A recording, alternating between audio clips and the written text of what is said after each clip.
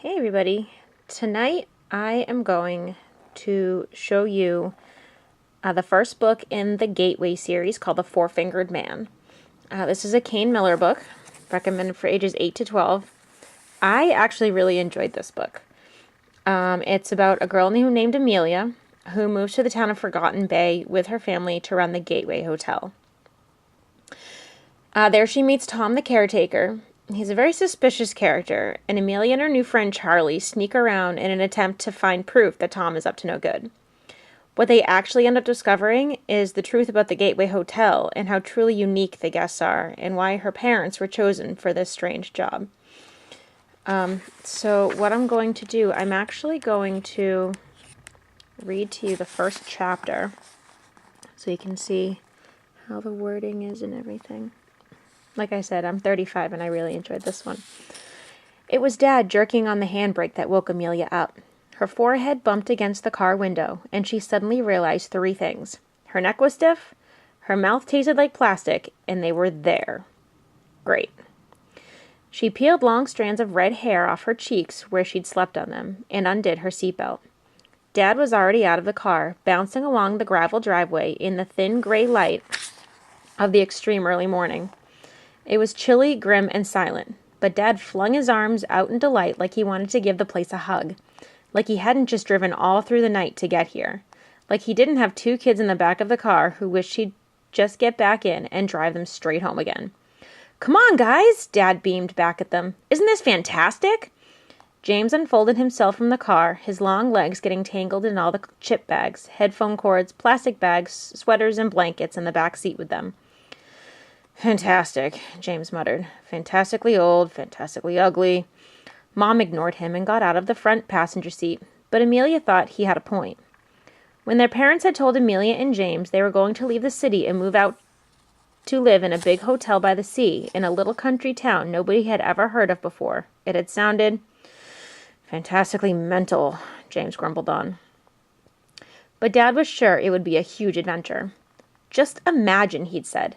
"Mom and I will both be working from home. We'll get to be with you guys all the time. No more after-school programs. No more vacation day camp. And we'll have so much space. Acres of lawn and gardens and bush right next to the beach. In fact," here Dad looked at Amelia and said those magic words that had convinced her it would be all worth it. It would all be worth it. Worth changing schools, leaving friends, and giving up gymnastics.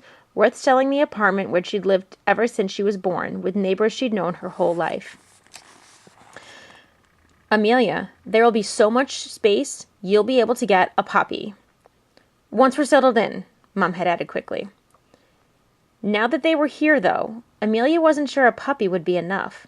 Maybe not even 8 puppies would be worth this.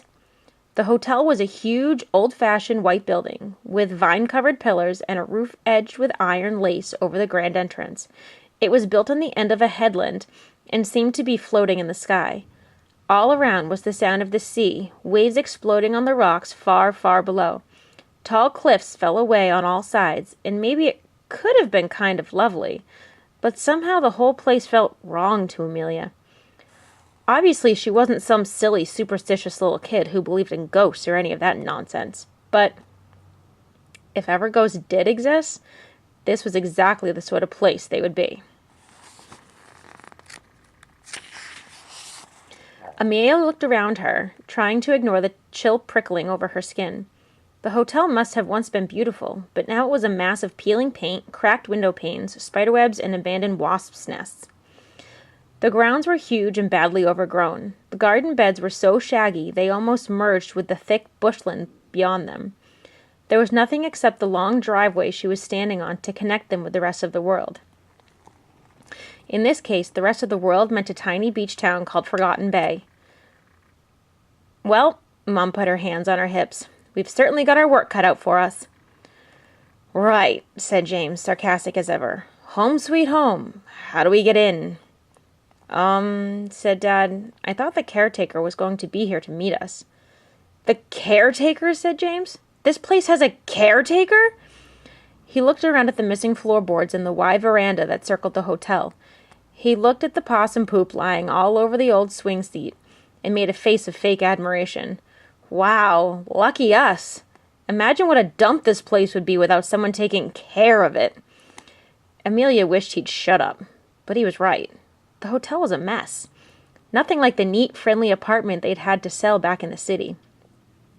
Dad pulled out his phone and grinned as though he hadn't heard James at all. "I'll call Tom now. Let him know we're here." James kicked at the gravel, and Amelia watched him, biting her lip. It had been like this for a couple of months now, James being all rude and angry and even more sarcastic than usual, and Dad just letting it glide past him without saying a word. Sometimes Amelia caught Dad shooting a look at Mum, and once she heard Mum say, "That's enough, James," in a voice so quiet and cool that she knew Mum was furious. But apart from those clues, what had gone on at James's school? No one would tell her. She had figured out that James wasn't expelled and wasn't in trouble with the police. And you would have thought that was a good thing. You would have also thought that if James had just escaped trouble, he would have been a bit less keen to keep looking for it. But no, ever since whatever it was happened, James had been acting like he wanted to start a fight with the whole world. "You okay, Cookie?" Mom put an arm around her. Amelia really wasn't. She felt empty and miserable, but there wasn't much point saying so she just nodded and let Mom wrap her up in a hug. "No reception," Dad said, shaking his phone and finally sounding less than 1,000% excited. "Ha!" a voice barked out so suddenly and so close behind them that Amelia jumped. "You won't get any reception around here."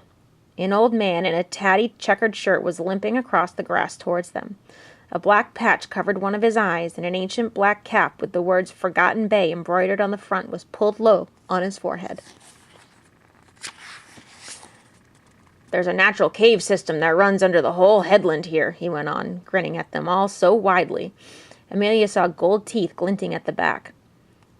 "Don't really understand why, but something down there in the caves messes with electronics. You'll have a hard time tuning a radio, much less a TV, and you can forget about using a phone." "Brilliant," said James. "No wonder it's called Forgotten Bay." Amelia almost felt sorry for her brother.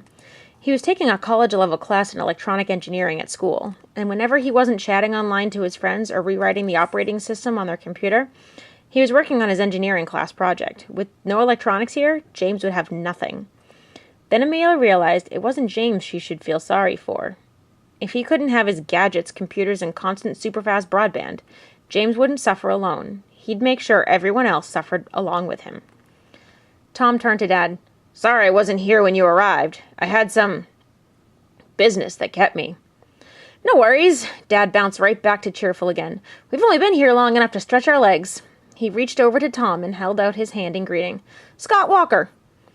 As Tom gripped Dad's hand and shook it, Amelia saw that something was wrong with the caretaker's fingers.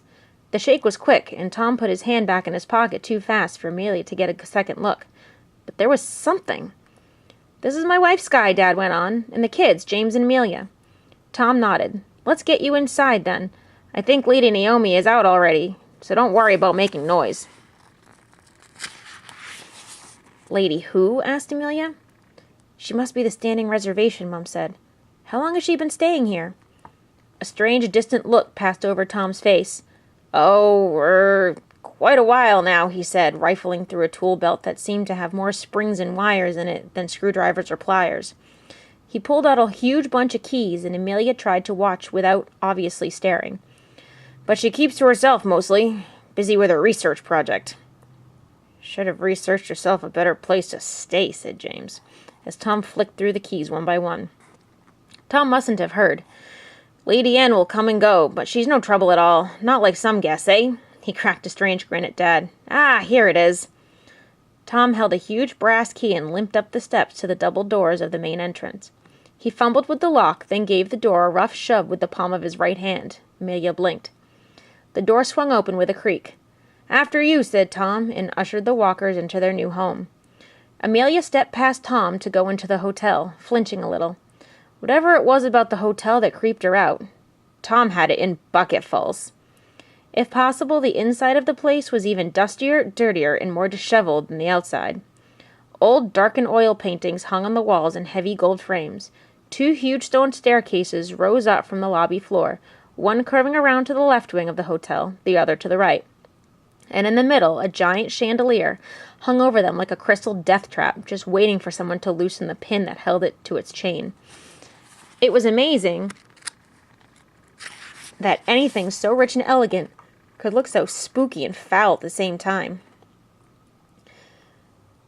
"Thank goodness we've got Mary coming on Monday," said Mom. "This is far more than the quick vacuum and coat of paint you promised, Scott." Dad scratched the back of his neck and smiled awkwardly, but Amelia wasn't listening. She was remembering Tom's hand pushing open the front door. She had finally realized what was wrong with it. One of his fingers was missing. Okay, so I would totally love to read you more. In maybe another video I might do another chapter or something. I'm definitely not going to do the whole book for obvious reasons. But I wanted to show you some of the illustrations. You probably saw this one. This illustration of Tom. Not too friendly looking. And then this one. This is their first guest. What page am I looking for? This is their first guest, Elizabeth Ardman. And she is very, very attached to that bag. That's all I'm going to say about that. But this is why Amelia and the friend she's going to meet, Charlie, think Tom is suspicious and up to no good. They see him sneaking into and out of Miss Ardman's room. And they think he's trying to steal stuff. And they actually sneak in trying to figure out what it was he was stealing. And they find something kind of strange in Miss Ardman's room. So anyway, this is a great book. The Four-Fingered Man, the first book in the Gateway series from Kane Miller. It's $5.99. You can click the link in the description below. And definitely if you want to see more books, subscribe as well. And this is the book for tonight.